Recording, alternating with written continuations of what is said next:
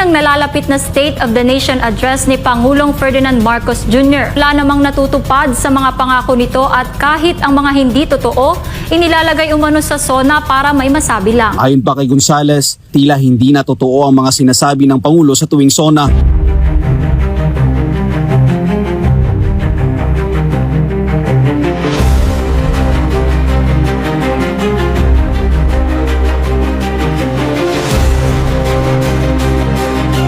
Naglabas ng saloobin si dating Defense Secretary Norberto Gonzales kaugnay ng nalalapit na State of the Nation address ni Pangulong Ferdinand Marcos Jr.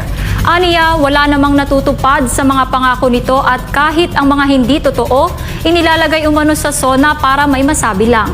Sa gitna ng mga isyong kinakaharap ng bansa, kabilang ang mataas sa presyo ng bilihin, isyu ng korupsyon, krimen, pagbaba ng bilang ng mga turista at ang patuloy na politika sa pagitan ng mga lider, naniniwala si dating Defense Chief Norberto Gonzales na dapat balikan ng taong bayan kung may nangyari na nga ba sa mga ipinangako ng Pangulo. Sa kanyang pananaw kasi, tila nawala na ng gana ang marami sa mga Pilipino na makakita pa ng pag-asa na maging mabuti ang pagpapatakbo ng bansa. Ayon pa kay Gonzales, tila hindi na totoo ang mga sinasabi ng Pangulo sa tuwing SONA. May mga ilalabas siya na kahit hindi totoo, ipakikita na totoo. Kasi meron SONA. Ay pagkatapos ng SONA, ano nangyari? Natandaan ba natin kung ano nangyari noong nakaraang SONA? Ano yung mga pinagsasabi noong nakaraang SONA? May natupad ba? Dapat yun na lang itatanong natin eh. Teka muna, bago ako magsabi ng panibagong SONA, i-review natin yung SONA last year. Ano ba natupad doon? Ano ba nagkatotoo doon? At ano ba ang totoo doon? Ay wala pa nga isang linggo na papatunayan yung mga sinabi sa SONA, mali. Tapos ngayon, may another year na naman tayo ng SONA. Isang inahalimbawa rito ni Gonzales, ang pinagmamayabang ng umano'y flood control project na pinondohan ng milyon-milyon pero lalo lang lumala ang baha sa Metro Manila.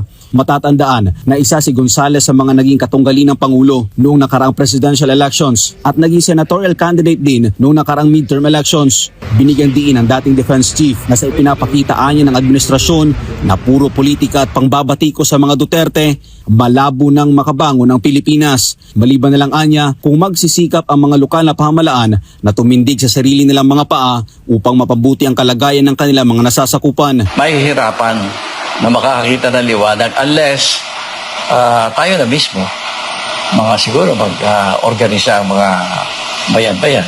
Asikasuhin natin yung ating pagkain, asikasuhin natin ang paglalagay ng hanap buhay, mga ganung bagay. Tingnan natin, baka naman sa level ng local government, may makita tayong mga maayos na namumuno. Yan, may pag-asa dyan. To. Kasi sa nasyonal, mahirap.